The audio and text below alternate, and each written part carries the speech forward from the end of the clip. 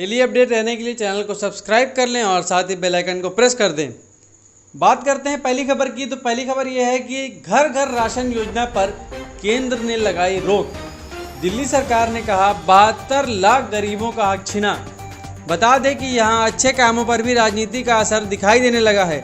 वहीं हुआ ये कि दिल्ली सरकार ने घर घर राशन पहुँचाने की योजना बनाई थी। इस योजना को केजरीवाल सरकार अगले हफ्ते लागू भी करने जा रही थी। दिल्ली सरकार का कहना है कि केंद्र सरकार ने इस योजना पर रोक लगा दी है। तो वहीं चलिए बढ़ते हैं अगली खबर की तरफ। अगली खबर चंडीगढ़ से है कि जेजेपी विधायक से विवाद, हरियाणा में किसानों ने निकाला मार्च। हरियाणा के टोहाना में सैकड़ों किसानों ने पुलिस की छापेमारी और जेजेपी विधायक देवेंद्र बाबली के साथ विवाद। 3 सहयोगियों की गिरफ्तारी के विरोध में किसानों ने राकेश टिकैत और रनाम सिंह चढ़नी के नेतृत्व में मार्च निकाला। बता दें किसान का संगठन संयुक्त किसान मोर्चा केंद्र सरकार के कृषि कानूनों के विरोध में साल भर से आंदोलन चला रहा है। बताया जाता है कि देवेंद्र बबली ने टोहाना में विरोध प्रदर्शन करने वाले किसानों से अभद्र भाषा का प्रयोग किया था। बबली ने किसानों के आरोप से इनकार किया है और किसानों को एक समूह पर हत्या का इल्जाम भी लगाया है। किसानों ने विधायक का पुतला फूंका और कहा कि विधायक अपनी टिप्पणियों के लिए माफ़ी मांगे। तो वहीं अगली खबर हरियाणा से सामने आ रही है कि स्पुतनिक वी की 6 करोड़ डोज सप्लाई करने को तैयार माल्टा की कंपनी। हरियाणा सरकार ने बताया कि माल्टा की एक कंपनी स्पुतनिक वी की सप्लाई को तैयार है और रूस की इस कोरोना वैक्सीन की आपूर्ति में रुचि दिखाई है। बता दें कि हरियाणा अगर कोविड वैक्सीन सप्लाई पाने में सफल हो जाता है तो वह एक चुनिंदा राज्य माना जाता है। इससे पहले भी पंजाब समेत कई राज्यों ने वैक्सीन के लिए दूसरे देशों से संपर्क साधा था, लेकिन फाइजर मॉडर्न जैसी कंपनियों ने इनकार कर दिया था। तो वहीं प्रत्यक्ष वैक्सीन आपूर्ति के लिए सकारात्मक प्रतिक्रिया पाने वाला हरियाणा देश का पहला राज्य है। बाकी सभी राज्य केंद्र सरकार के साथ डील कर सकते हैं। तो वहीं अगली खबर यूपी से है। बता दें कि एक्शन में सीएम योगी 3 एसडीएम को डिमोशन कर बनाया तहसीलदार। मुख्यमंत्री योगी आदित्यनाथ की भ्रष्टाचार पर जीरो टॉलरेंस नीति के तहत जमीन घोटाले में धांधली के आरोपी 3 उप जिला अधिकारियों को तहसीलदार के पद पर डिमोशन कर दिया है। इन तीनों अधिकारियों को राजस्व परिषद से संबद्ध कर दिया गया है। ये कार्य नियुक्त विभाग ने किया है। जानकारी के मुताबिक एसडीएम प्रयागराज रामजीत मौर्य ने मिर्जापुर में तहसीलदार के पद पर तैनाती के दौरान जमीन संबंधी मामले में मनमाने ढंग से फैसला किया था।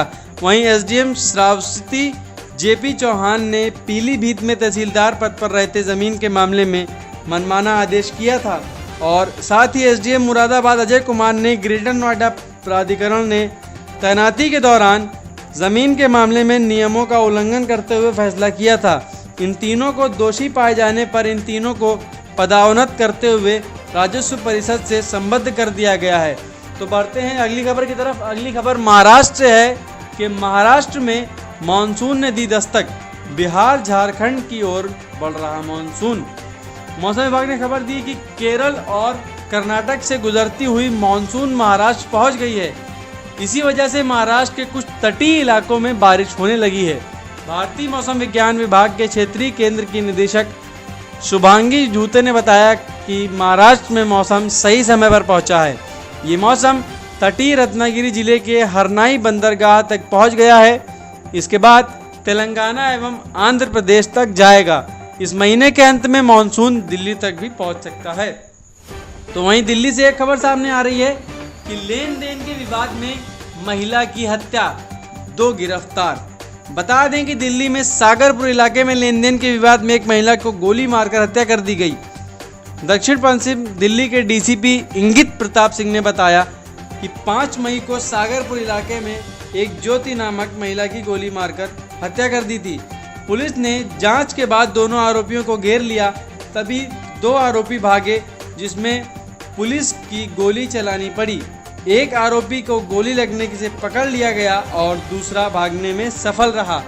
पकड़े गए आरोपी की पहचान नितिन नाम से व भागे हुए आरोपी को चेतन पांडे के नाम से की गई है।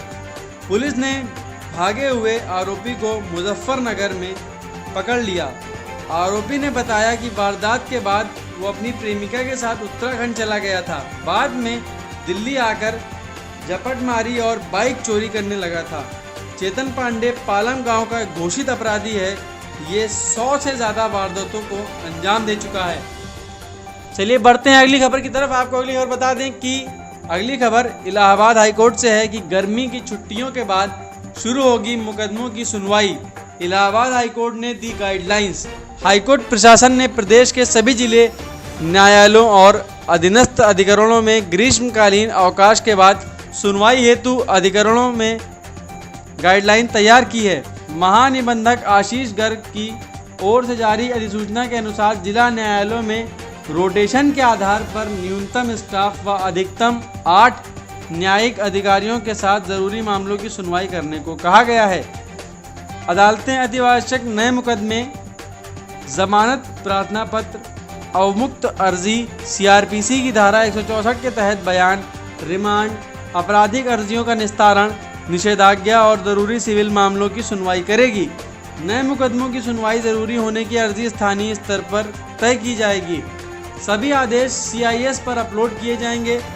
जिला जज पेंडेमिक गाइडलाइन के तहत सुनिश्चित करेंगे कि न्यायालय परिसर में 33% से अधिक स्टाफ न आए।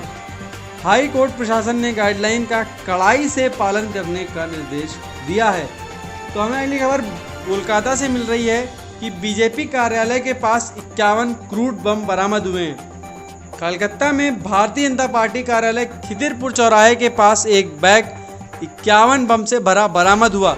बम निरोधक दस्तों ने मौके पर पहुंचकर बम डिफ्यूज किए। साथ ही पुलिस मामले की तफ्तीश में लगी है। बता दें कि इससे पहले भी विधानसभा चुनाव के दौरान तीसरे फेज की वोटिंग से पहले पुलिस को 41 बम मिले थे। ये बम 24 परगना के बरुईपुर इलाके में एक झाड़ी से पुलिस ने बरामद किए थे।